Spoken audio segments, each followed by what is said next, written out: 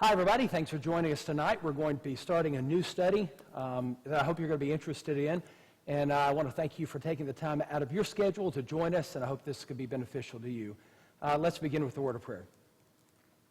Our Father, we turn our hearts to you at this time as your children and those who are interested in you. I thank you so much for the time that we have to be together with one another, even if it's through different computers that people have. Thank you so much for the interest that people have in you and in your word. And I pray, dear Father, that you'll bless us tonight and bless us as we seek to learn more, perhaps not so much about your text, but about things going on within the text. And we thank you that you have blessed us with such a rich book, with such a rich history. And we thank you that we can know your will and be guided by your will in all that we do. We need you every day. Thank you so much for every blessing you give us. We ask this in your Son's name. Amen. Well, if you saw the notice on Facebook or you were invited somehow, or you look at the screen, we're going to be studying for the next several weeks a series called Empires and Idols. Whenever you read the Bible, you run across a number of different empires and nations that are found there. Quickly think about the Egyptians, or the Babylonians, the Assyrians, Canaanite nations, Hittites. And we read about these nations within the context of a story, and then we move past them. But we sometimes don't know a lot about those nations. Who were they? What were they? How long had they been in existence? What was their religion like? What were their daily lives like? What significant roles did they play in human history? Well, that's the genesis of this study. What I want us to do is look at how different empires dealt with God's people, and then spend time talking about who these empires were and how those empires impacted the world and what we can learn from them. So that's what we're going to be studying over the next several weeks. This really has not proven a good way for you to ask questions while the study is going on, but if you do have a question, shoot it to me later. You can shoot it to me through Facebook. At the end of the study, I'll have the church's website, the church's email address up, and you can go to the email address and send us something, and I'd be happy to get back with you as soon as I can. This is not going to be a biblical study as much as it's going to be, or scriptural study as much as it's going to be a biblical study. We're not going to be looking at particular text in detail, but it is going to be scriptural in that it fits into the context of the story, and hopefully after we go through these studies, in the future, as you study about the Babylonians or tonight the Egyptians, you'll know a little bit more about them, where they came from, and how they impacted the Lord's people. And maybe that will be it'll bring you to a little deeper understanding of who these people are and be helpful to you. It's going to be a history lesson in a lot of ways. May not be everybody's cup of tea, but hopefully if you're here, it'll be your cup of tea, and I hope that you'll find this interesting. So tonight, let's start by talking about the Egyptians. I want to begin each of the studies by dealing with how these nations or these empires interacted with God's people. And this is going to be sort of familiar territory for most of us. We're just going to start off with stories that we've heard, and we're going to touch on those and remind ourselves of these stories before we start dealing with information we may not know as well. There's no question that Egypt is a fundamental empire going especially throughout the whole Old Testament. They're not always as strong as they have been at other times, but they are consistently found interacting with the Lord's people throughout the whole Old Testament and in two particular spots within the New Testament. Now, when you start looking at the Egyptians, the first thing we think about is how they interacted with the patriarchs. You know, in Genesis chapter 12, Abraham went to Egypt after he received the 3 promises from God. He went to Egypt, and for a while, in order to pursue safety for himself and his wife, it ended up sort of blowing up in his face. But that's the first interaction that we have with Egypt. And then you find in Genesis chapter 42 through chapter 50 the whole story of Joseph. We're very familiar with that story. Joseph was a descendant of Abraham, and his brothers sent him into slavery. He finds himself in the land of Egypt. Eventually, he's the second most powerful man in all the land. He brings his family there, which brings us to the enslavement that the Jews had. Some 430 years later, when we come to the book of Exodus, they are slaves working for the Egyptians. And you remember the whole story there. God sends Moses. Moses goes in Exodus chapter 5 to Pharaoh, let my people go. And Pharaoh says, who is the Lord that I should obey his voice? I think after tonight's study, you'll have a better understanding of why Pharaoh would say something like that. You remember the 10 plagues came. And the 10 plagues, many assert, was an assault against many of the different gods in the land of Egypt. The plagues came, and eventually the Israelites are let go. They go to the land of Canaan, they establish themselves, and the next time we come across the land of Egypt or the Egyptian Empire within the context of the Lord's people is with Solomon. In 1 Kings chapter 3, Solomon ends up marrying the daughter of Pharaoh, and it begins an unhealthy alliance, and an alliance that many of the Israelite kings would continually pursue over the years. Interestingly enough, there were two people who rose up against King Rehoboam, the son of King Solomon, and Egypt harbored these two enemies of King Rehoboam for a period of time, keeping them safe. As we start looking at Egypt's interaction with the larger context of kings, they sought an alliance against the Assyrians at one point in 2 Kings chapter 17.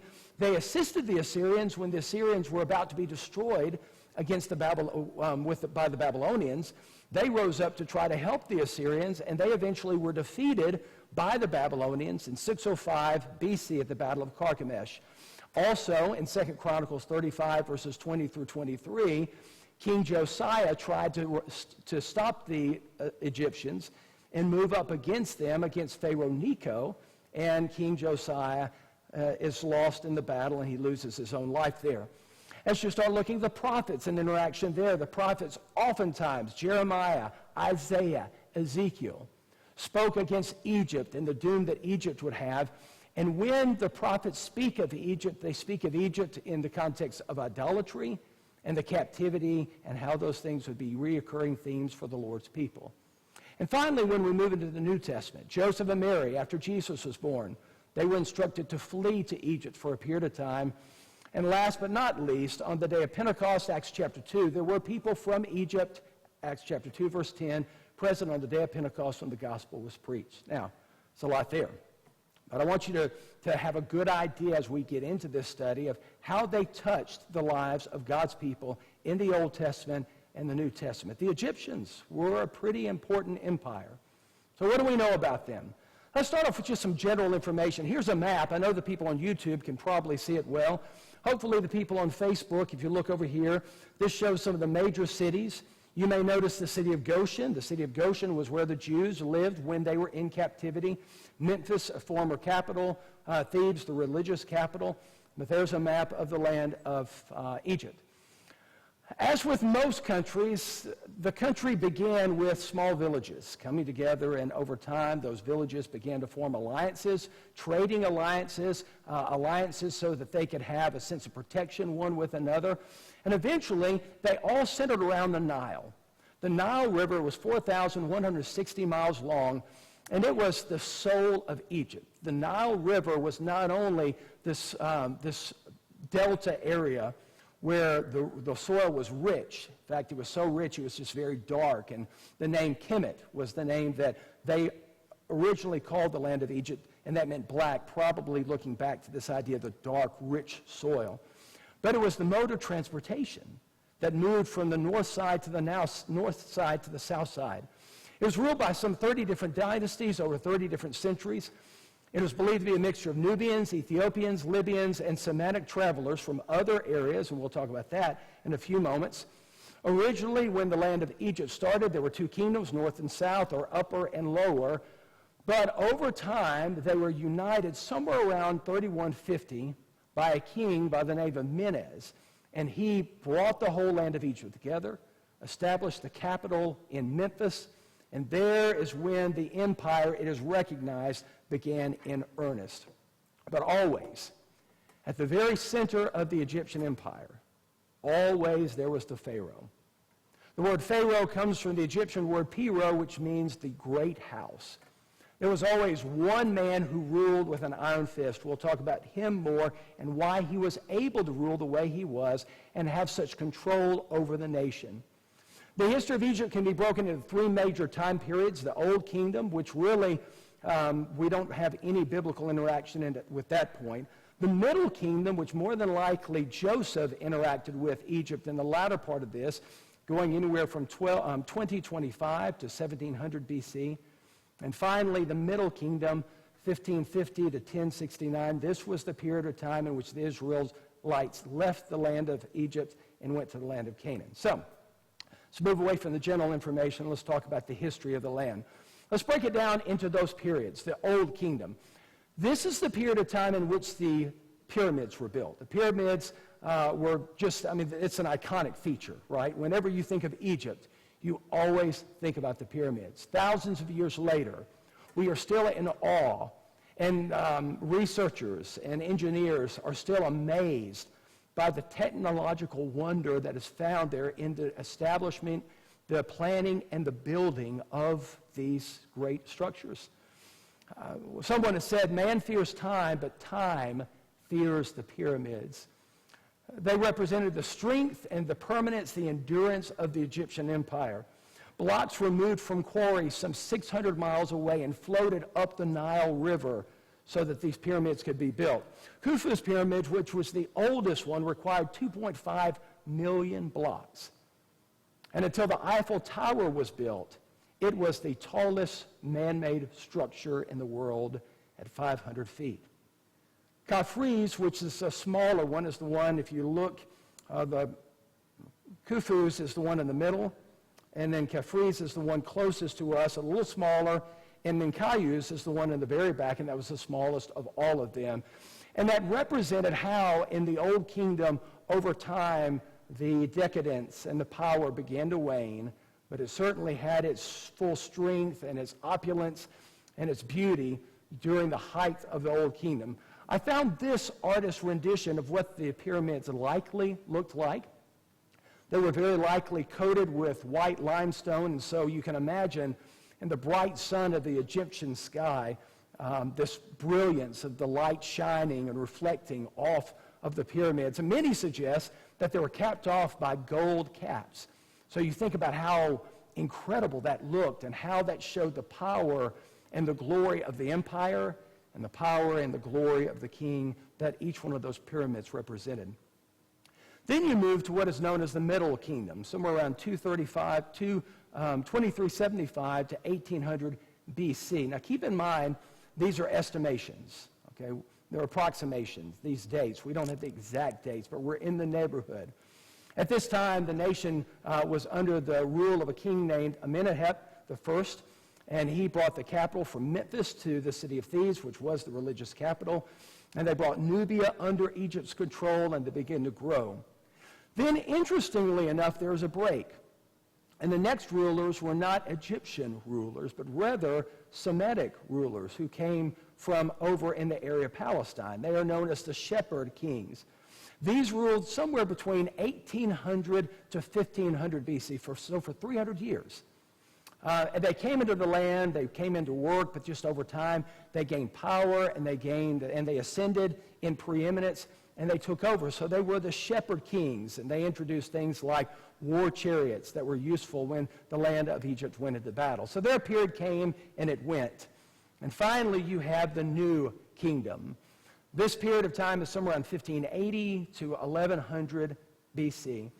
Palestine, Syria, the Hittites, Libya, Phoenicia, all of these are brought under the reign of the Egyptian Empire. And Hatshepsut, the daughter of Thutmose I, was a co-regent of the land. So this is a woman who is in a position of ruling over the land. One University of Liverpool professor suggests that she was the one who found Moses and took care of him in the biblical story in the book of Exodus. We don't know that for sure, but I think you'll see that that's going to better fit the time period than some emperors that are sometimes suggested, pharaohs that are sometimes suggested. Ramesses is the Egyptian pharaoh that is, perhaps aside from King Tut, we know the most about. And he's the one that is oftentimes associated with the story of Moses. We'll talk about that again in just a moment. The dates of Ramesses 1290 to 1222 BC, and under him, the New Kingdom reached its zenith. Right? Now, when you start looking at the history of the Egyptians, interestingly enough, you don't find very much of a mention of the Israelites. In fact, there are a couple of hints, but no direct mentioning of the Israelites. Israel is only mentioned, we believe, one time in one Egyptian text, text. This is a still that was found back in the 1800s. It was dated back to around 1210 BC. So this is going back to the first part of the Middle Kingdom. Joseph, we believe, was in the latter part of the Middle Kingdom. This is, after that point, far after this point. So, and there, the nation of the people known as the Isher people, the Israelites, the Isher. There is also a mention in a group of text letters known as the Amarna letters of a people known as the Habiru. If you think about the Hebrew, you can hear in that there is perhaps a connection there. Most scholars believe there is indeed a connection there. And then there is one other mention of a group of people known as the Shashu. Okay? And in particular, there are a number of different people who are referred to as the Shashu. But in a 14th century text on the columns of an Egyptian temple built by Amenhotep III, there's a mention of the Shashu of Yahweh. YWH. And most believe that that is an identification of the Israelites with the deity of Yahweh. These would have been, in the eyes of the Egyptians, nomadic, pastoral people, but those are the mentions there. You might think, well, why don't we have more of a mention? Well, if the biblical story is true, and we believe it is, then likely the Egyptians would not want to mention the names of the people that brought their empire to a halt. So you could easily see where they would go through and begin to erase any mention at all of the Israelite people. Now, one of the big questions that comes up when we start studying them is, when were the Hebrews in Egypt? Excuse me.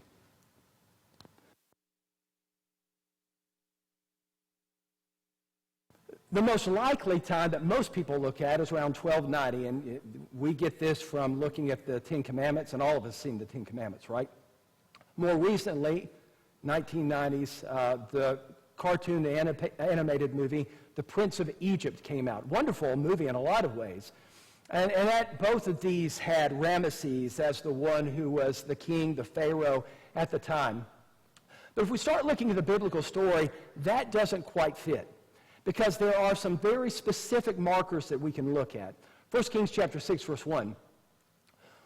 When King Solomon was finishing the temple, we are told we're around the year 966 BC. And it said the temple was finished 480 years after the Israelites left Egypt.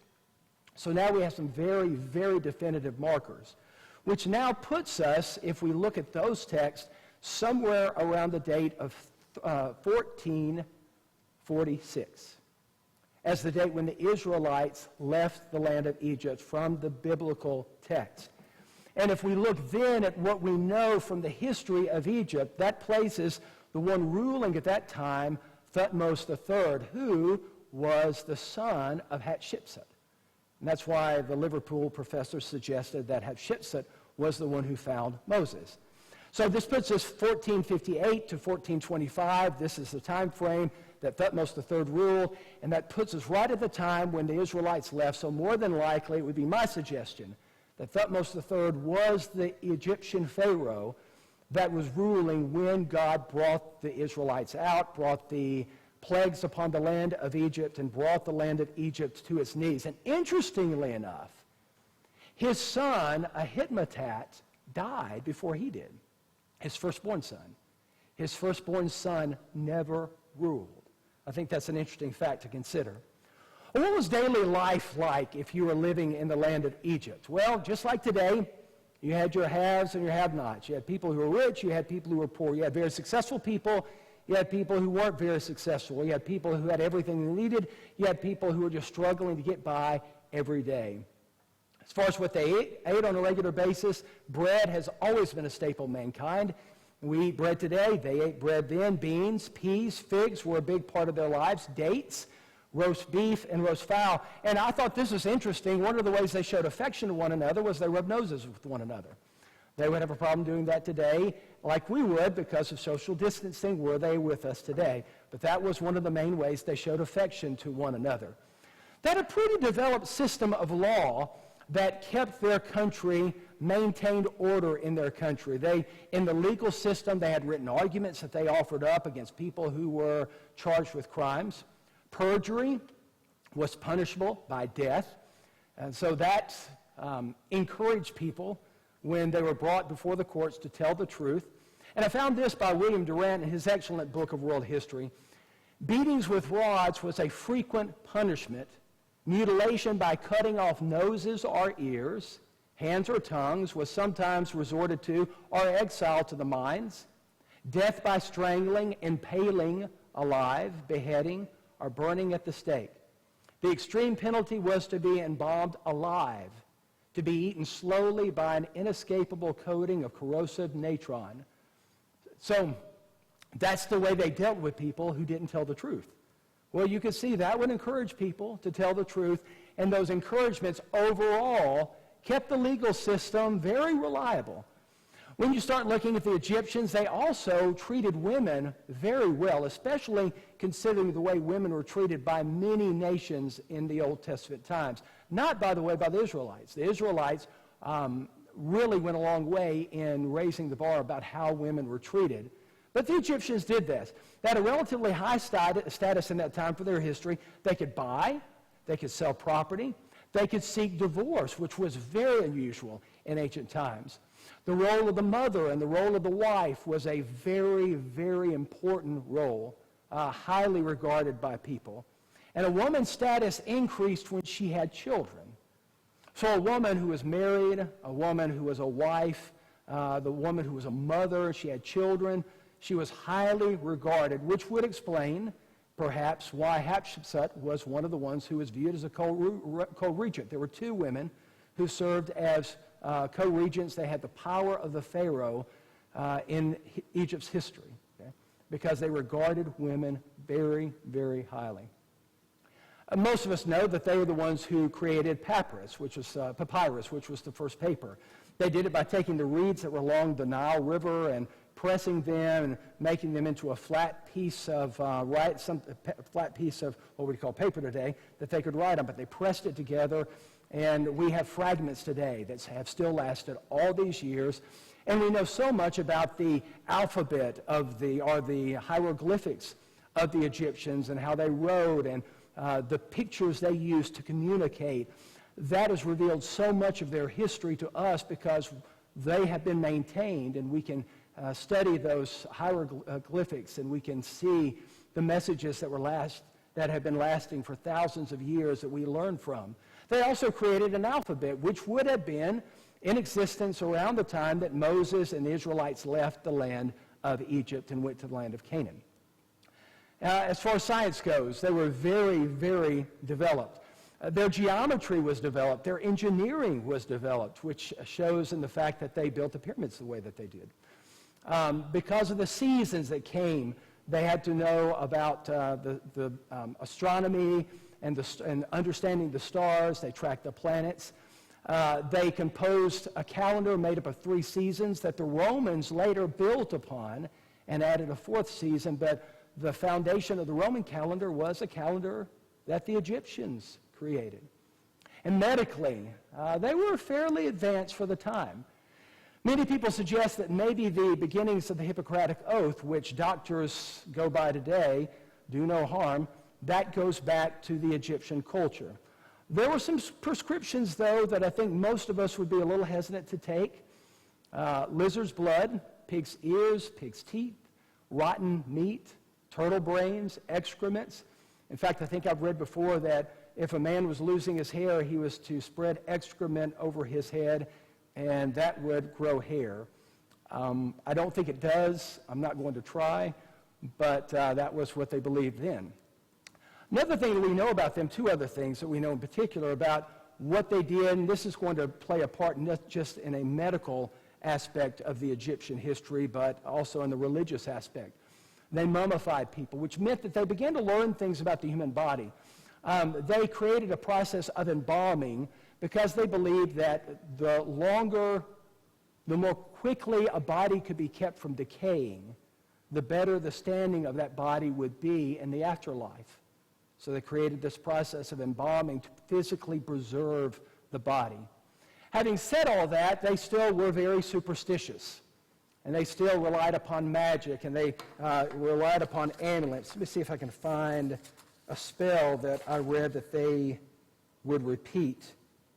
For a cold, someone would say, "Depart, cold, son of a cold, thou who breakest the bones, destroyest the skull, makest ill the 7 openings of my head. Go out on the floor, stink, stink, stink." It's probably one that you and I wouldn't try today, but that's what they tried then. They had love potions. For a love potion, take the body of a shrew mouse and render it to dust. Mix with blood from the middle finger, straight from the heart, and place the mixture in a glass of wine. If you give this to the woman to drink, she will fall madly in love with you. So there you go. Try that one out at home. All right, let's conclude our study tonight by talking about their religious practices. As with a lot of ancient cultures, animals, nature, what they saw around them played a major role in what they viewed as powerful and what they viewed as lasting. The Nile River, to the Egyptians, that was, as we said earlier, the soul of Egypt.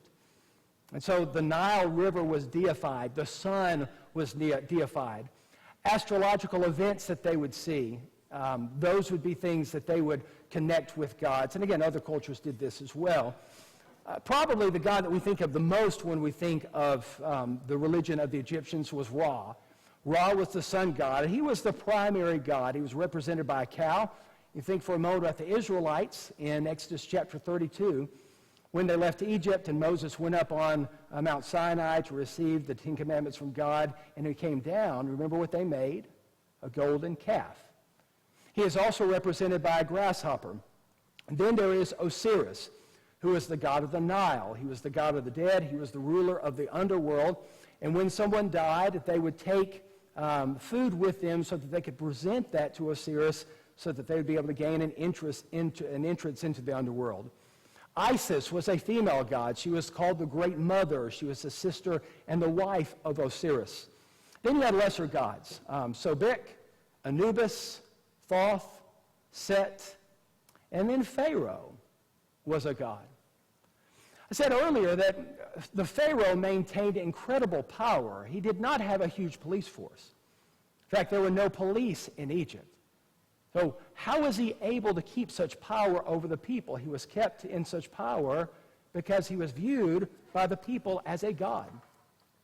William Durant said this, "Even Pharaoh was a god, always the son of Amun-Ra, ruling not merely by divine right, but by divine birth, as a deity transcendently tolerating the earth as his home.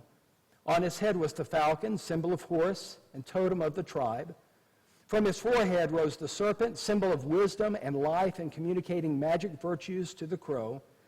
The king was chief priest of the faith and led the great processions and ceremonies that celebrated the festivals of the gods." So he was viewed. And then you can understand why he would make the declaration to Moses, "Who is the Lord, that I should obey his voice?" When he viewed himself on earth as the greatest God, he would not tolerate listening to another God. And yet he would be taught a lesson despite all this. Immortality and the afterlife were important parts of the religious life of the Egyptians. They believed that the soul, the Ka, lived on in proportion to how well it was preserved, so the embalming process took place and the mummification process took place. And we have benefited today from learning so much about the Egyptians because we have found so many mummies that date back thousands of years. The journey that someone would go through in the afterlife would end at what they called the happy fields of food. This was a garden of security and abundance. Osiris guarded it, and they brought food to him. They bought him off, and they had the Book of the Dead, and the Book of the Dead gave prayers that they could offer to Osiris so that they would be able to be brought into this land. What's interesting about the Egyptians is, though it is so heavily polytheistic, there was a very brief period of time when they became overall a monotheistic nation. Somewhere around 1380, there was a king by the name of Amenhotep IV, And he was the one who ushered in monotheism. And he ushered in almost a conglomerate of all the gods by the name of Aten. All right? And he changed his own name to represent this God. The text tells us that he did this because he was so distraught with the materialism that he saw within the people. But let me suggest this as an alternative. We said earlier that the more likely date, I think, of the Israelites being in the land of Egypt and leaving the land of Egypt was 1384. Now that brings into account 966 when Solomon built the temple, adding to that 430 years from that. Now we find ourselves at 1446. Okay. You find a short time after that, when he comes in, you find now the people are starting to embrace this idea of monotheism. So think about this for a moment. If you're a polytheistic society and you believed all these gods protected you, and yet the God of one nation brought you down and brought the most powerful nation to its knees, one God, do you think it would be possible that the people would start thinking, maybe we need to embrace the idea of one God? Just something to think about. This idea, because of the rich history that Egypt had in polytheism, did not last, however. And when King Tut, the son of Akhenaten, came into power, King Tut reverted everything back to the old way, brought the former gods in, and the nation went back to polytheism. They built a number of religious temples. We have the ruins of these temples today, which have information all over the walls, the columns about the religious lives of the people. And I want to close with this. The religion of the Egyptians did not revolve around morality, right? Now, people lived functionally within a society moral lives because of the judicial system we talked about earlier. And if you lied and you were brought before the judge and it was found out, you'd lose your life. That encourages people to tell the truth. And then people don't want to go before the judge, so they pretty much do what they're supposed to do. But it wasn't because of a sense of obligation that they had to the gods. Their system of worship revolved around amulets and incantations and spells, not so much living the way that they were supposed to live. Adultery was rampant within the land. Well, you see that in the Bible, right? Story of Joseph. Story of Joseph, Genesis chapter 39.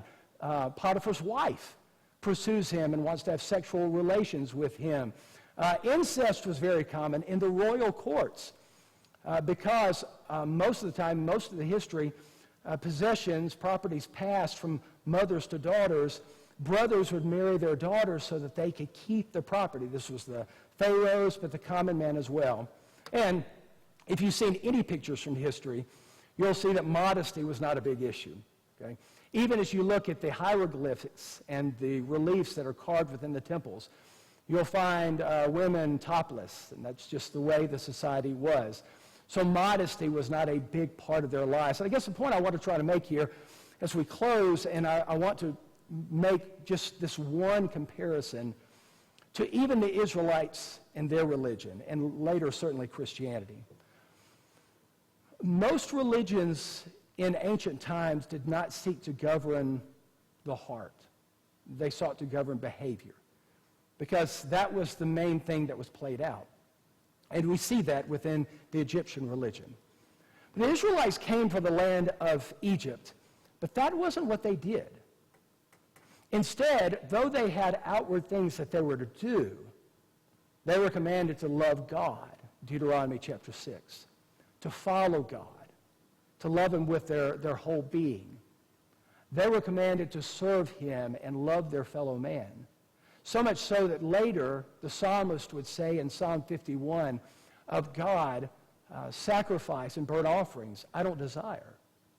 What God wanted was the heart.